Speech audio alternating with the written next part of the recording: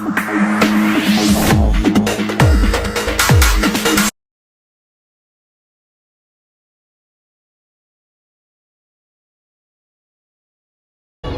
किसी भी इमरजेंसी के अंदर कोई बेड नहीं है और हॉस्पिटल फुल हो गए हैं, चलिए देखिए मरीज का इलाज कैसे कर सकते हैं। आइए।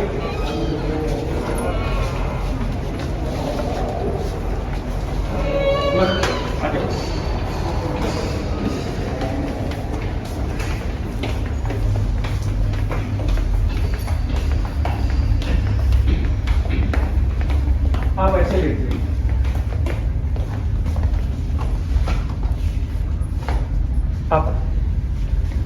ये वो पेशेंट्स हैं जो कोरोना के आजकल दर दर भटक रहे हैं और हॉस्पिटल्स में बेड्स ना होने की वजह से, दवाइयाँ ना होने की वजह से, ऑक्सीजन कम होने की वजह से इनको वापस कर दिया जा रहा है। तो ऐसे मरीज अपने लोगों की सेवा कैसे कर सकते हैं और इमरजेंसी इन लोगों की हेल्प कैसे कर सकती है।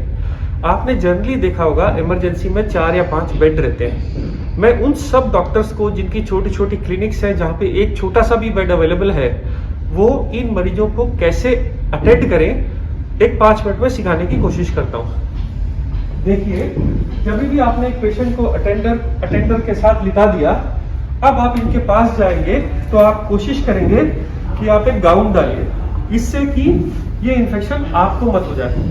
तो सबसे पहले गाउन डाल लेना है।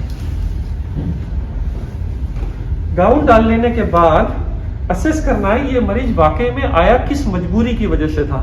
अगर इनके पास कोरोना की रिपोर्ट है और इनका ऑक्सीजन सैचुरेशन कैसा चल रहा है, तो हमारे पास हॉस्पिटल्स में ये मॉनिटर्स रहते हैं। ये मॉनिटर्स हमारे को ऑक्सीजन लेवल्स बताते हैं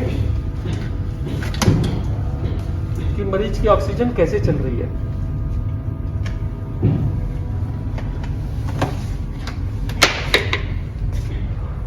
ये पल्स ऑक्सीमीटर प्रोब है जो आपको हॉस्पिटल में मिलता है। अगर आप देखिए, ये ग्राफ बनने के बाद एक वैल्यू आती है यहाँ पे, ये 100% ऑक्सीजन के साथ आया है।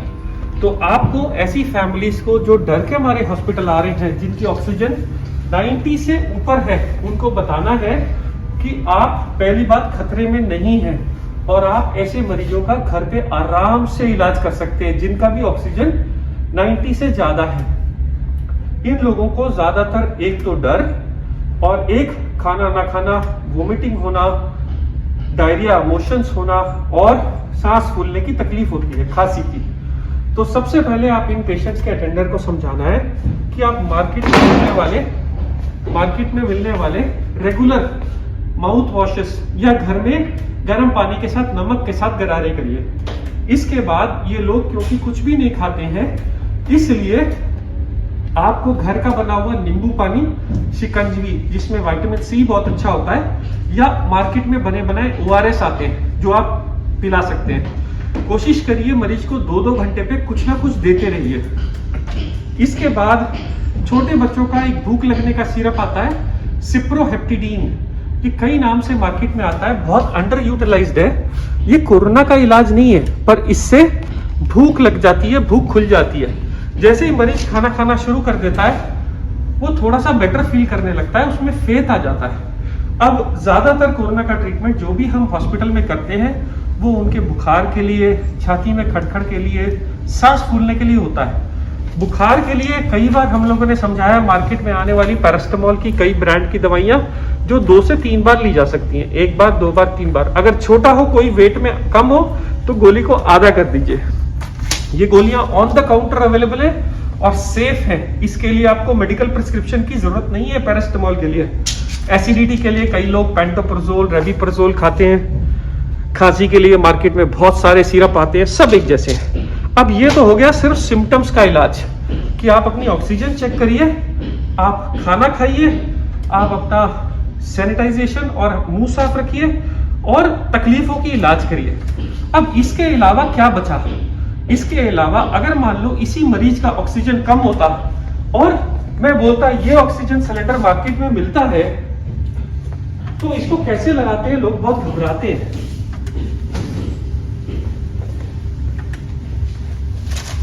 अगर आप देखिए मार्केट में ऐसे ऑक्सीजन के मास्क आते हैं, ये मास्क मार्केट में आराम से मिल जाता है। ये मास्क में एक एंड एक पाइप रहता है और दूसरा एंड दूसरा पाइप रहता है। एक पाइप इस मास्क के साथ जुड़ जाता है, लो जुड़ गया। ये वाला पाइप आप ऑक्सीजन सिलेंडर के इस वाले एरिया में लगा सकते हैं। इसके बाद एक नॉब आती है और ये ऑक्सीजन कितने लीटर पे चलानी है ये सबके साथ ये बनाया आता है। जब भी आप लेते हैं तो आप ऑक्सीजन को पहले 2 या 3 लीटर पे खोलिए। इसके बाद आप देखिए इसमें हवा आ रही है कि नहीं। पेशेंट्स को आराम से लिटा के ये ऑक्सीजन मास्क आप कंफर्ट करके लगा दीजिए और ये ऑक्सीजन देखते रहिए। मान लीजिए ऑक्सीजन थोड़ी देर 5 मिनट वेट करने के बाद नहीं बढ़ रही तो आप इसकी वैल्यू थोड़ी और बढ़ा सकते हैं। जैसे जैसे टाइम बीतता जाएगा और ऑक्सीजन इंप्रूव होती जाएगी, हर मिनट के साथ इसको थोड़ा थोड़ा घटाते जाएंगे कि हम 90 तक मेंटेन कर लें। क्योंकि ये सिलेंडर बहुत कम ऑक्सीजन के साथ आते हैं, ये एक दिन में खत्म हो जाते हैं। इसलिए आप कोशिश करिए कि ऑक्सीजन का यूज कम से कम करिए, ज्यादा नहीं। दूसरा, मार्केट में ये छोटे मॉनिटर्स आते हैं पल्स ऑक्सीमीटर बोल के। ये पल्स ऑक्सीमीटर सिर्फ एक बटन के साथ ऑन हो जाता है और ये एग्जैक्ट सेम रीडिंग देता है जो रीडिंग बड़ा मॉनिटर हॉस्पिटल में देता है। आप देखिए ये भी 100% बता रहा है ऑक्सीजन, और ये वाला पल्स ऑक्सीमीटर भी इस पेशेंट की ऑक्सीजन जब मापता है तो वो भी इसको 100 ही बताएगा। पर ये बताने में जब तक ये ट्रायंगल आते हैं फिर ये वैल्यू आनी शुरू होती है। देखिए, तो ये छोटे पल्स ऑक्सीमीटर, बड़े पल्स ऑक्सीमीटर ऑलमोस्ट सेम तरह की इंफॉर्मेशन देते हैं। लोगों का सवाल ये है कि मार्केट में या तो ऑक्सीजन मिल नहीं रही और मिल रही है तो कम है, तो हम क्या करें। तो आप के पास क्योंकि ये ऑप्शन नहीं है या जिस टाइम पे ये ऑप्शन नहीं मिल रहा है, आप मरीज को समझाना पड़ेगा कि आप औंधे मुंह होके लेटिए। एक तकिया, 2 तकिया, 3 तकिया, इस तरफ तकिया, आपकी मर्जी है। कोशिश ये करें कि मरीज ऐसे उल्टा होके लेटे 10 मिनट 15 मिनट। उसके बाद अगर ट्राई करे तो वो लेट एक करवट भी ले सकता है, बट सबसे ज्यादा बेनिफिट औंधे मुंह से होता है। क्या ये साइंस है? 100% ये साइंस है। पुराने जमाने में जब लंग्स की डिसीज हो जाती थी और लंग्स बहुत बैडली खराब हो जाते थे तो भी ये वेंटिलेटर के ऊपर भी पेशेंट को उल्टा करा जाता था। उसका कारण क्या है? जो ये बैक साइड ऑफ लंग्स के अंदर जो एयर स्पेसेस है उसको कोरोना अफेक्ट नहीं करता, इसलिए पेशेंट को उल्टा करने से वो रिजर्व स्पेसेस खुल जाती हैं। उन रिजर्व स्पेसेस के साथ आदमी आराम से नई ऑक्सीजन बना सकता है, और जब तक ऑक्सीजन नॉर्मल लंग बनाने नहीं लगता जब तक के लिए आपको सपोर्ट करता है। इस वक्त मरीज को कहना है कि ये पल्स ऑक्सीमीटर लगा के रखे और अब आप ऑक्सीजन चेक करिए। जब आप ऑक्सीजन चेक करेंगे और पेशेंट की ऑक्सीजन कम आ रही होगी, देखिए 97, अब आप डीप ब्रीदिंग करिए साहब। हाँ, आपके सामने ये ऑक्सीजन थोड़ी थोड़ी फ्लक्चुएट करती है, आप ब्रीदिंग करते जाइए सर। जितनी आपको एफर्ट होता है आप ब्रीदिंग करिए।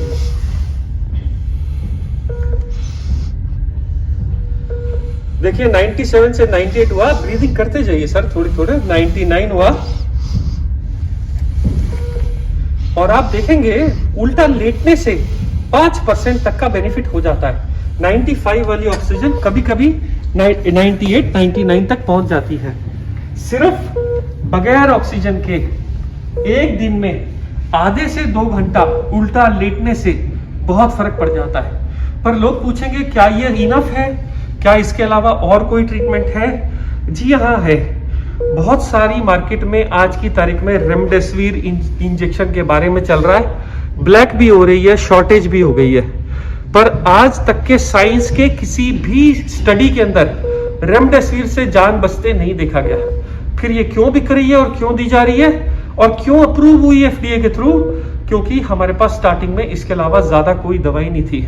अगर आप डाटा में जाइए तो सच्चाई ये है कि दुनिया में आज तक सिर्फ 2 दवाइयां बनी हैं जो कोरोना में लोगों की जान बचाती हैं, जिसमें सबसे पहली दवाई का नाम है स्टेरॉइड का इंजेक्शन।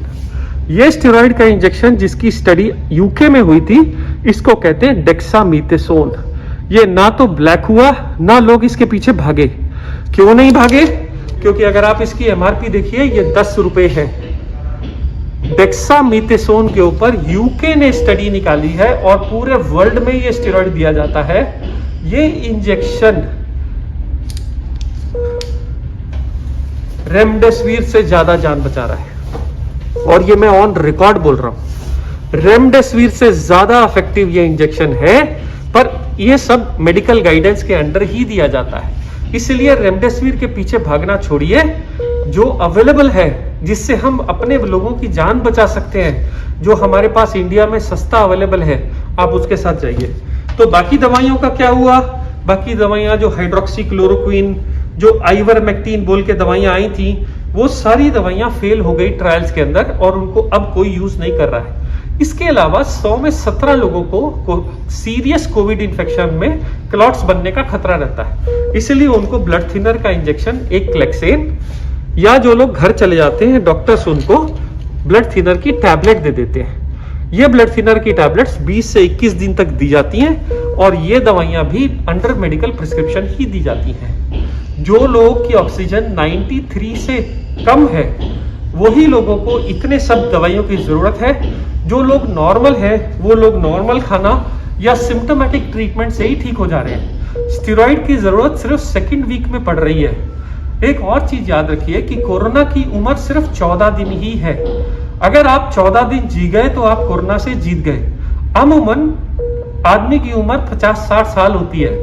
कोई रीजन नहीं है कि हम कोरोना से हार जाएं। अगर हम हाथ जोड़ लें, एक दूसरे की मदद करें, चीजें ब्लैक ना होने दें, और जो अवेलेबल संसाधन है आज हमारे पास, उसको यूज करें, तो हम सब ज्यादा से ज्यादा लोगों की जान बचा पाएंगे। मैं संजीव कुमार, सनशाइन हॉस्पिटल हैदराबाद से बोल रहा हूं।